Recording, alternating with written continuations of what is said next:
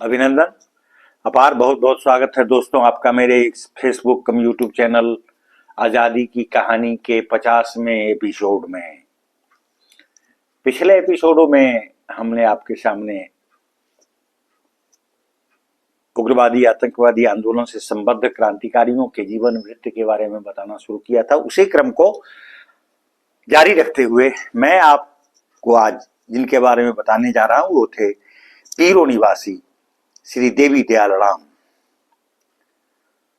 यद्यपि अल्प शिक्षित थे और आंदोलन के समय उनकी आयु मात्र 23 वर्ष थी, लेकिन तब भी उन्होंने असहयोग आंदोलन के समय शिक्षा का परित्याग कर दिया था। बाद में स्वामी सहजानंद सरस्वती के विचारों से प्रभावित होकर उन्होंने किसान संघर्ष में अपनी भागीदारी की, कृषकों को उत्साहित एवं प्रेरित किया। सविनय अवज्ञा आंदोलन में सक्रिय भाग लेकर वामपंथी नेताओं के विचारों से प्रभावित हुए और उसके बाद उन्होंने उग्रवादी रास्ता अपनाया। तोड़फोड़ एवं लूटमार गतिविधियों में अगस्त क्रांति 1942 में उन्होंने भाग लेकर देश की सेवा की। पुलिसकर्मियों पर गोली भी चलाई उन्होंने, और जब उन पर पुलिस की दबिश पड़ी तो वो भागकर नेपाल चले गए। बाद में आजाद दस्ता में सम्मिलित हो गए और आजाद दस्ता की गतिविधियों में सक्रिय रूप से सम्मिलित हुए। अब अगले जिनका नाम आपको मैं बताने जा रहा हूं, जिन क्रांतिकारी के बारे में मैं आपको बताने जा रहा हूं, वो थे श्री योगेंद्र महातो जी। मिडिल तक मात्र शिक्षा उन्होंने प्राप्त की थी और आंदोलन काल में उनकी उम्र मात्र 21 वर्ष थी। असहयोग आंदोलन के क्रम में उन्होंने भी विद्यालय का परित्याग कर दिया था और खड़गपुर में युवकों की एक संस्था उन्होंने स्थापित की थी जो अंग्रेजों के खिलाफ प्रचार एवं अभियान चलाती थी। कृषकों एवं श्रमिकों को अंग्रेजों के खिलाफ भड़काना, उन्हें देश प्रेम से अभिभूत करना और गया कांग्रेस में बाद में उन्होंने स्वयंसेवक के रूप में काम किया। बाद में किसान सभा की गतिविधियों में सम्मिलित हुए और उग्र संघर्ष में भाग लेकर सविनय अवज्ञा आंदोलन में सक्रिय रूप से अपनी भागीदारी निभाई। 1942 के क्रांति में उन्होंने उग्रवादियों के साथ अपनी सहभागिता की। टेलीफोन के तार काटे, रेल की पटरियों को उखाड़ने में, पुलिस चौकी को लूटने में, अस्त्र शस्त्र एकत्रित करने में, डाका डालकर धन संग्रहित करने में उन्होंने अपनी अग्रणी भूमिका निभाई और बाद में आजाद दस्ता के साथ संपर्क में आए, सियाराम दल के सक्रिय सदस्य बने और जेल में जब पकड़े गए तो भागलपुर जेल भेज दिए गए। स्वतंत्रता प्राप्ति के बाद उन्हें भी रिहा कर दिया गया। अगले जिस क्रांतिकारी के बारे में मैं आपको बताने जा रहा हूं वे थे श्री रामनारायण चौधरी, जो मुंगेर के थे। आंदोलन काल में उनकी उम्र मात्र 20 वर्ष थी। उन्होंने प्रवेशिका स्तर तक शिक्षा ग्रहण की थी और 1920 में ही उन्होंने शिक्षा का परित्याग किया, लेकिन अहिंसात्मक गतिविधियों में उनका विश्वास नहीं था। 1923 से ही श्रमिकों एवं कृषकों के संघर्ष में सम्मिलित हुए। एग्रेरियन सुधार के लिए सक्रिय अभियान चलाया और सहजानंद सरस्वती से संपर्क में आकर उन्होंने किसान आंदोलन में अपनी सक्रिय भागीदारी निभाई। बाद में सविनय अवज्ञा आंदोलन के समय वे सक्रिय होकर अपनी भूमिका का निर्वहन किया और वे हिंसा को और हिंसात्मक आंदोलन को स्वीकार करते थे। 1942 के अगस्त क्रांति के समय वे बहुत ही उग्रवादी क्रांतिकारी बन गए। पुलिस चौकी पर हमला करने वाले क्रांतिकारियों का नेतृत्व किया, पुलिसकर्मियों को बेरहमी से पीटा, डाकघर लूट लिए, सरकारी भवनों पर झंडा फहराया। पुलिस द्वारा गिरफ्तार नहीं किए जा सके।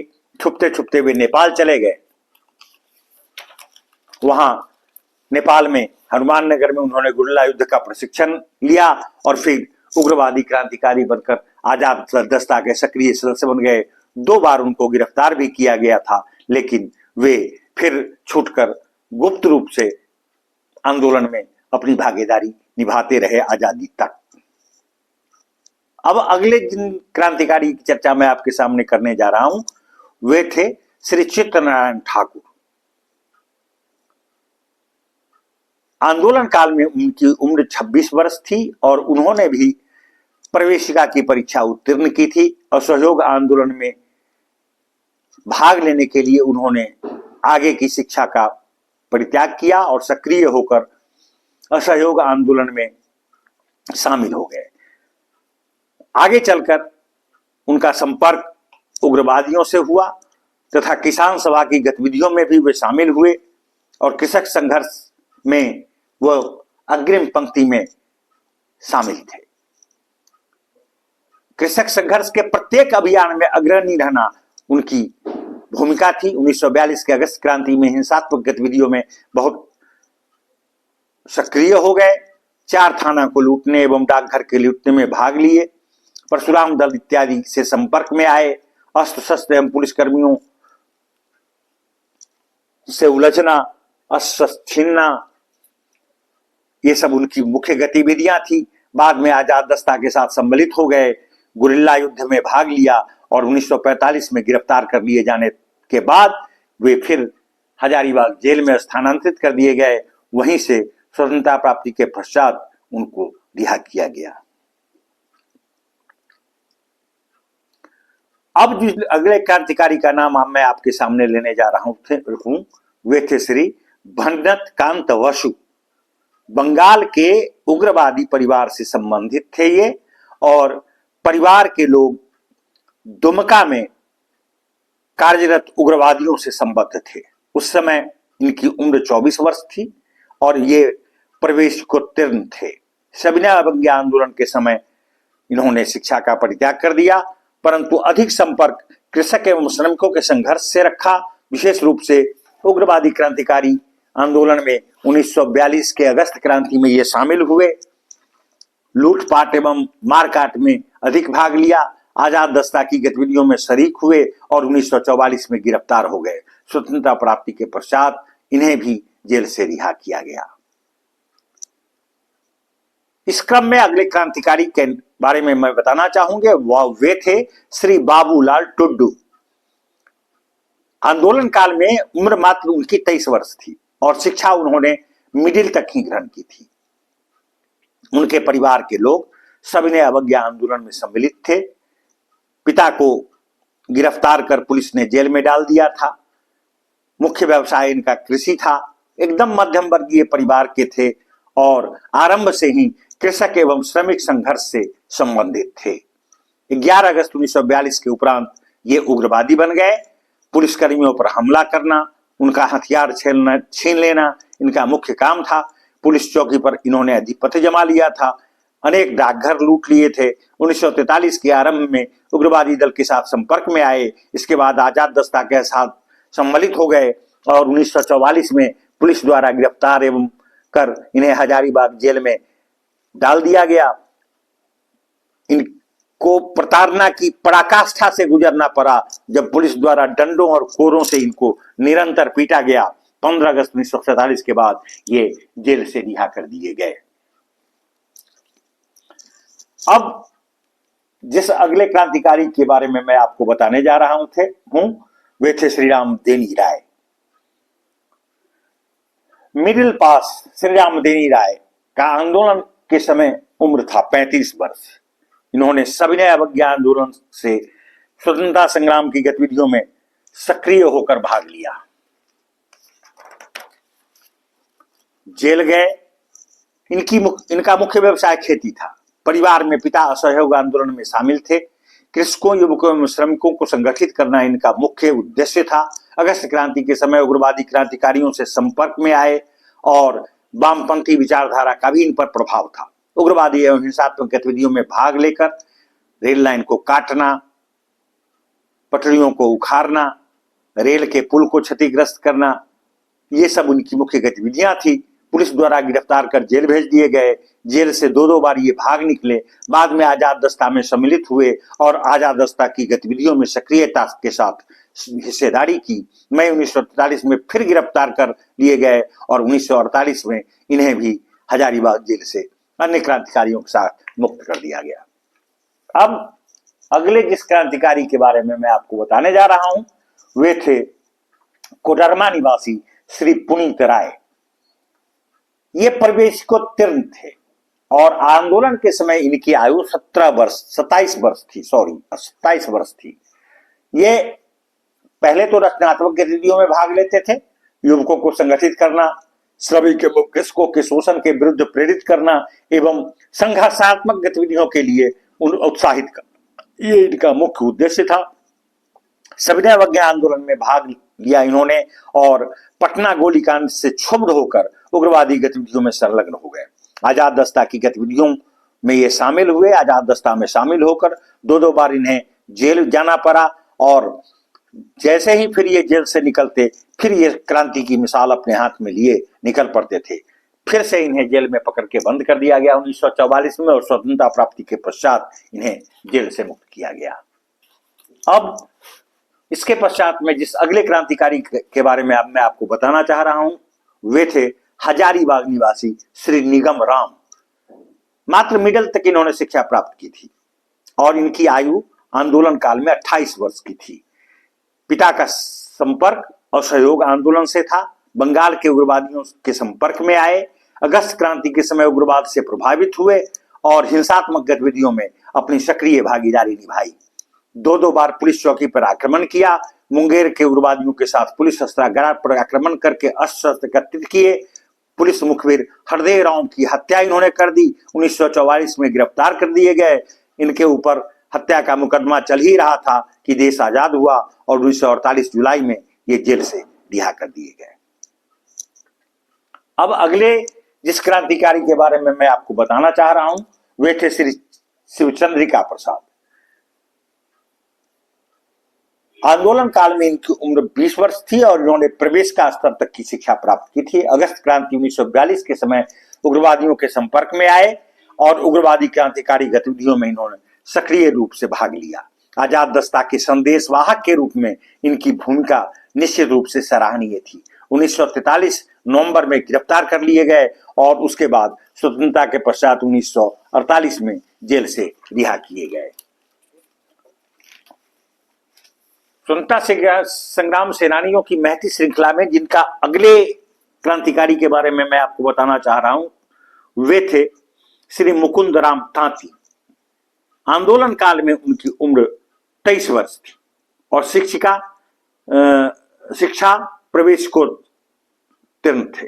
अगस्त क्रांति 1942 के समय से उग्रवादी क्रांतिकारी गतिविधियों में सम्मिलित थे और घाटशिला एवं वाहरागोए पुलिस थाना को लूटने का प्रयास किया। इन्होंने सफल नहीं हुए मगर निरंतर प्रयास करते रहे। 1944 मार्च में पुलिस द्वारा इन्हें गिरफ्तार कर लिया गया और जेल से रिहा होने के बाद ये झारखंड पार्टी से संबद्ध हो गए।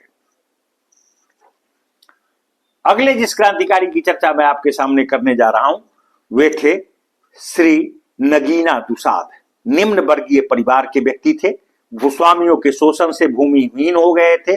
उस समय आंदोलन काल में इनकी उम्र 22 वर्ष थी। किसान सभा के नेता एवं कार्यकर्ताओं से संपर्क था इनका और संघर्षात्मक प्रवृत्ति का विकास इनके भीतर प्रारंभ से ही था। इन्होंने कृषक संघर्ष में भी भाग लिया था। अगस्त क्रांति के समय इनके घर को पुलिसकर्मियों द्वारा जलाया गया था जिससे आतंकवादी उग्रवादी क्रांतिकारी बन गए। लूटपाट एवं आगजनी के कार्यों में रुचि लिया इन्होंने और बाद में आजाद दस्ता के युवकों के संपर्क में आकर ये आजाद दस्ता में सम्मिलित हो गए। इन्होंने एक दफादार का कत्ल कर दिया था जिसके कारण 1944 में इन्हें गिरफ्तार कर लिया गया तथा ये भी स्वतंत्रता प्राप्ति के पश्चात जेल से रिहा किए गए। अगले जिस क्रांतिकारी के बारे में मैं आपको बताने जा रहा हूं वे थे श्री शिव माधव प्रसाद। आंदोलन काल में इनकी उम्र 29 वर्ष थी लेकिन 17 वर्ष की उम्र से ही इन्होंने शिक्षा का परित्याग कर दिया था। नवंबर तक मात्र इन्होंने शिक्षा प्राप्त की और किसान सभा के संपर्क में आ गए। भूस्वामियों के शोषण से त्रस्त उनके विरुद्ध संघर्ष करने का इन्होंने संकल्प लिया। नमक सत्याग्रह में भाग लिया। बाद में पुलिस द्वारा इन्हें बेरहमी से पीटा गया। क्षुब्ध होकर ये उग्रवादियों के संपर्क में आए और 1942 के अगस्त क्रांति में बहुत उग्र रूप से तोड़फोड़ के काम में संलग्न हो गए। पुलिस द्वारा गिरफ्तार किए जाने पर बेरहमी से पीटे गए। किसी तरह पुलिस हिरासत से भाग निकले। आजाद दस्ता में सम्मिलित होकर इन्होंने आजाद दस्ता की गतिविधियों में सक्रिय रूप से भागीदारी की। 1944 में कैद होने के पूर्व तक ये उग्रवादी गतिविधियों में सक्रियता के साथ भाग लेते रहे। इनको भी फरवरी 1948 में हजारीबाग जेल से रिहा किया गया आजादी के उपरांत।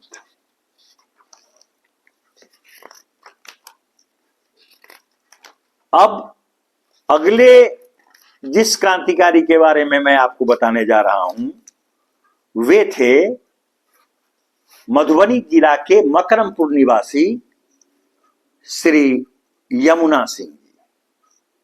ये कट्टर देशभक्त थे। स्वर्गीय पंडित रामनंदन मिश्र के क्रांतिकारी भाषण से प्रेरित होकर इन्होंने स्वतंत्रता संग्राम में शामिल होने का निश्चय किया। अगस्त 1942 में गांधी जी ने जब भारत छोड़ो और करो या मरो का सिंहनाद किया, तब 11 अगस्त को इन्होंने भी अगस्त क्रांति में अपने आप को झोंक दिया। टेलीफोन के तार काट डाले और मधुबनी रेल लाइन को सकरी के समीप उखाड़ कर फेंक दिया। दूसरे ही दिन इन्हें खजौली में गिरफ्तार कर मधुबनी जेल भेज दिया गया। मगर इस शेर को पिंजरे में कैद रखना संभव नहीं हुआ और मात्र 8 दिनों के पश्चात 20 अगस्त 1942 को ये जेल से भाग निकले। 25 अगस्त को सकरी में इन्होंने 2 सिपाहियों से राइफलें छीन ली। पुलिस ने इसका बदला लेने के लिए 26 अगस्त को इनका घर जलाकर खाक कर दिया। यमुना सिंह जी पुलिस से भागकर नेपाल चले गए। वहीं इनका संपर्क सूरज बाबू एवं आजाद दस्ता के अन्य सदस्यों से हुआ। इन्होंने भी दस्ता की सदस्यता ग्रहण की और उसकी उग्रवादी गतिविधियों में सक्रिय हो गए। शस्त्र संग्रह एवं सरकारी तंत्र को नुकसान पहुंचाने जैसे आजाद दस्ता के प्रमुख कार्यक्रमों में इन्होंने सराहनीय भूमिका निर्वहन की। अनेक प्रशिक्षण शिविरों में आपने दस्ता के नवनियुक्त सदस्यों को शस्त्र संचालन एवं गुरिल्ला युद्ध का प्रशिक्षण भी दिया। इसी क्रम में फरवरी 1944 में इन्हें नेपाल सीमा के निकट नरीबेला नामक गांव में गिरफ्तार कर लिया गया। फिर लौकहा थाना लाकर थाना प्रभारी श्रीकांत ठाकुर एवं पुलिस अधीक्षक श्री राम नारायण सिंह ने दस्ता के अन्य क्रांतिकारियों के अड्डों के संबंध में जानकारी प्राप्त करने हेतु इन्हें भयंकर यातनाएं दी, परंतु मातृभूमि के सपूत ने अपनी जुबान नहीं खोली।